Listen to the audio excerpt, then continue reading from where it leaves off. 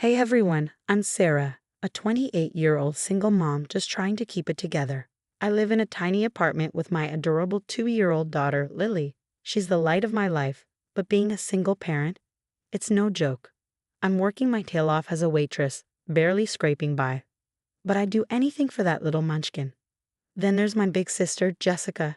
She's got it all figured out, fancy lawyer job, big house, and a husband named Mark who seems like he stepped straight out of a romantic comedy.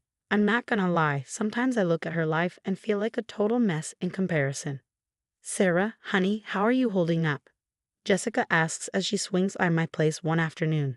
She's all put together in her designer suit, not a hair out of place, while I'm elbow deep in dishes, with Lily clinging to my leg. Oh, living the dream. I laugh, trying to sound more upbeat than I feel. Jessica gives me that look, a mix of pity and concern. Why don't I take Lily for the weekend? She offers. You could pick up some extra shifts, maybe have a little time for yourself. I hesitate.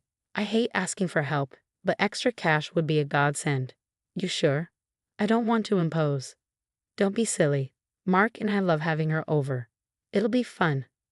Jessica insists, already scooping up Lily, who giggles and plants a sloppy kiss on her aunt's cheek.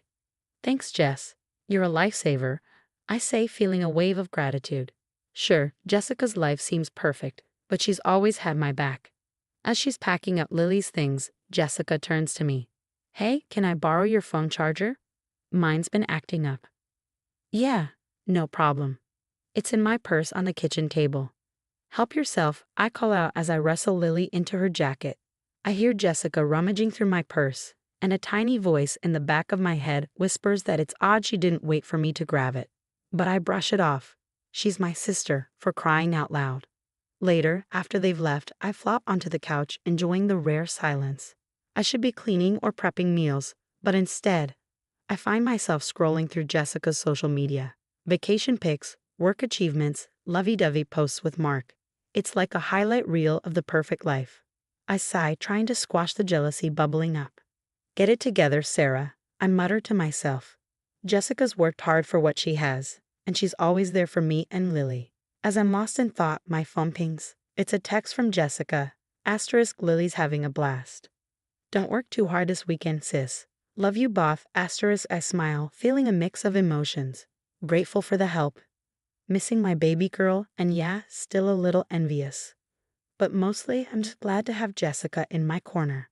A week flies by, and I finally get around to cleaning up the disaster zone that is my apartment. Lily's toys are everywhere, and the laundry pile could probably dress a small army. As I shove things into closets, don't judge, I spot Jessica's designer purse on the coffee table. How did I miss that? Better return this before she freaks out, I mutter, grabbing the purse. It's probably worth more than my entire wardrobe. But as I pick it up, it slips from my hands, spilling its contents all over the floor. Oh, come on, I groan, bending down to gather everything up. That's when I see it, a stack of official-looking papers. Curiosity gets the better of me, and I take a peek. My heart stops. These are adoption papers, with Lily's name on them. What the? My hands start shaking as I read through the documents. Jessica and Mark's names are listed as the adoptive parents. This can't be real. It's got to be some kind of mistake, right? What the heck is going on? I whisper, my mind spinning. Why would Jessica have adoption papers for my daughter? Then it hits me like a ton of bricks. My own sister, the person I trusted most in the world, is trying to steal my baby. The room starts to spin, and I have to sit down before I fall over. No, no, no, I mutter, digging deeper into the purse, desperate for some explanation. Something I'm missing. What I find next only deepens the betrayal. There's a birth certificate, a fake one, with Jessica listed as Lily's mother, forged medical records, and even a plane ticket to another state. Every new discovery feels like a stab to the heart. I can't breathe. I can't think. How could Jessica do this to me? To Lily? We're family, for crying out loud. My phone buzzes and I nearly jump.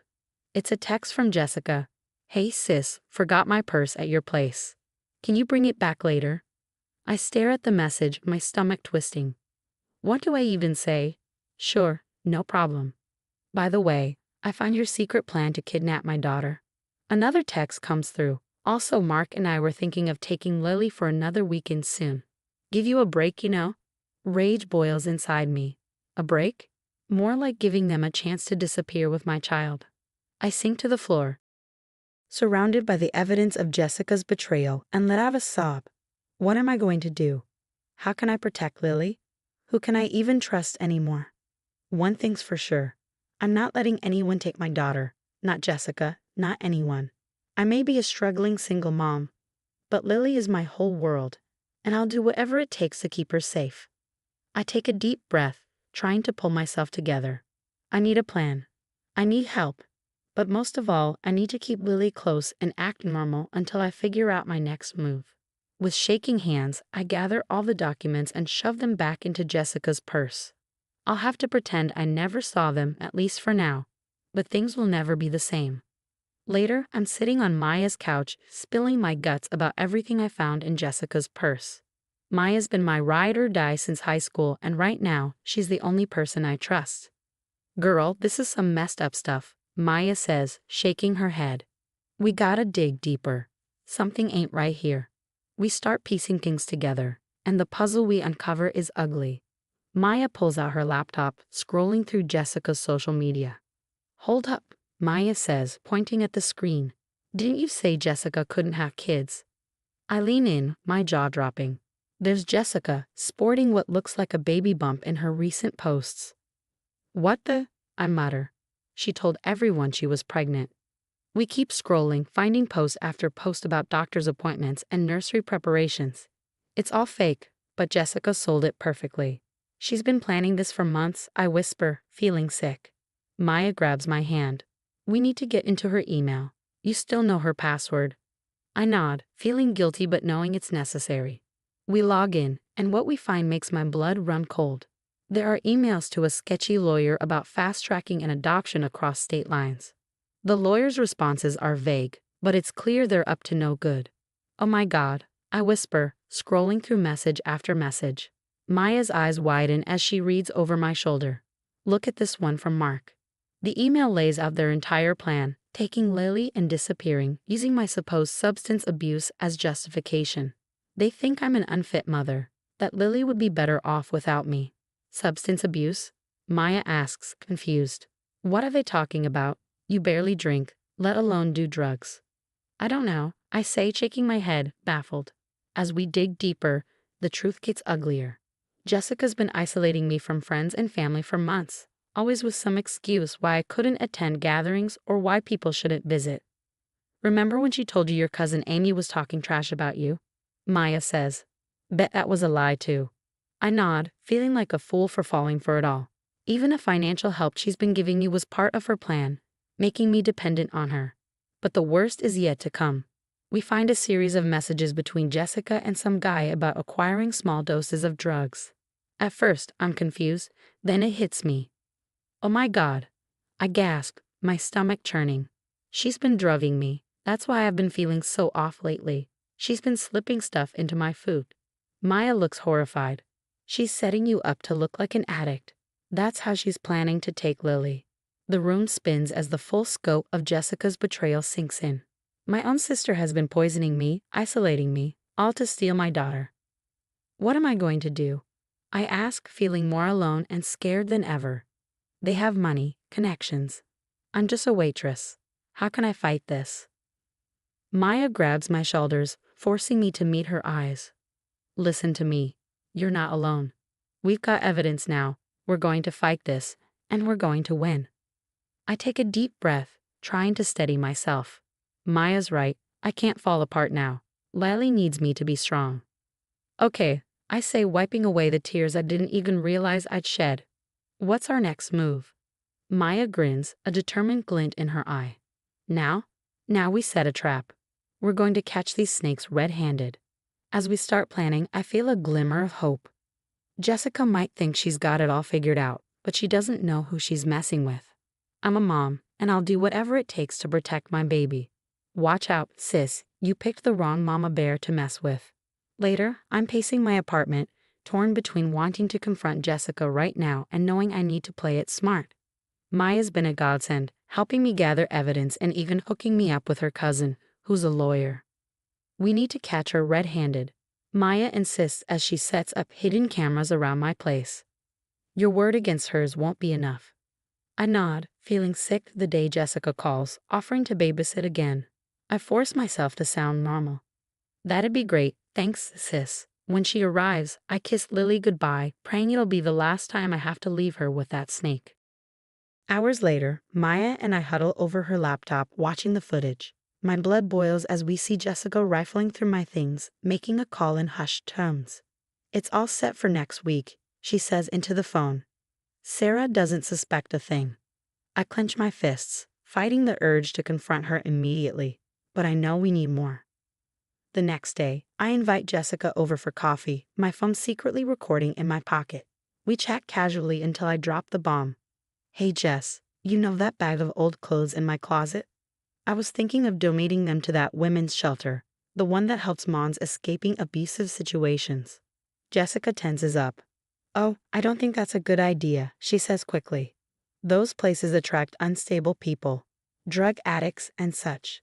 I press further, and Jessica takes the bait, launching into a rant about how those women are unfit mothers and how their kids would be better off adopted by stable families. It's all I can do not to scream at her, but with this, we finally have enough. The stage is set for the final showdown. I invite Jessica, Mark, and a few family members over for dinner. My hands shake as I set the table, but I'm ready. As everyone digs into dessert, I clear my throat. I have something I need to share with all of you.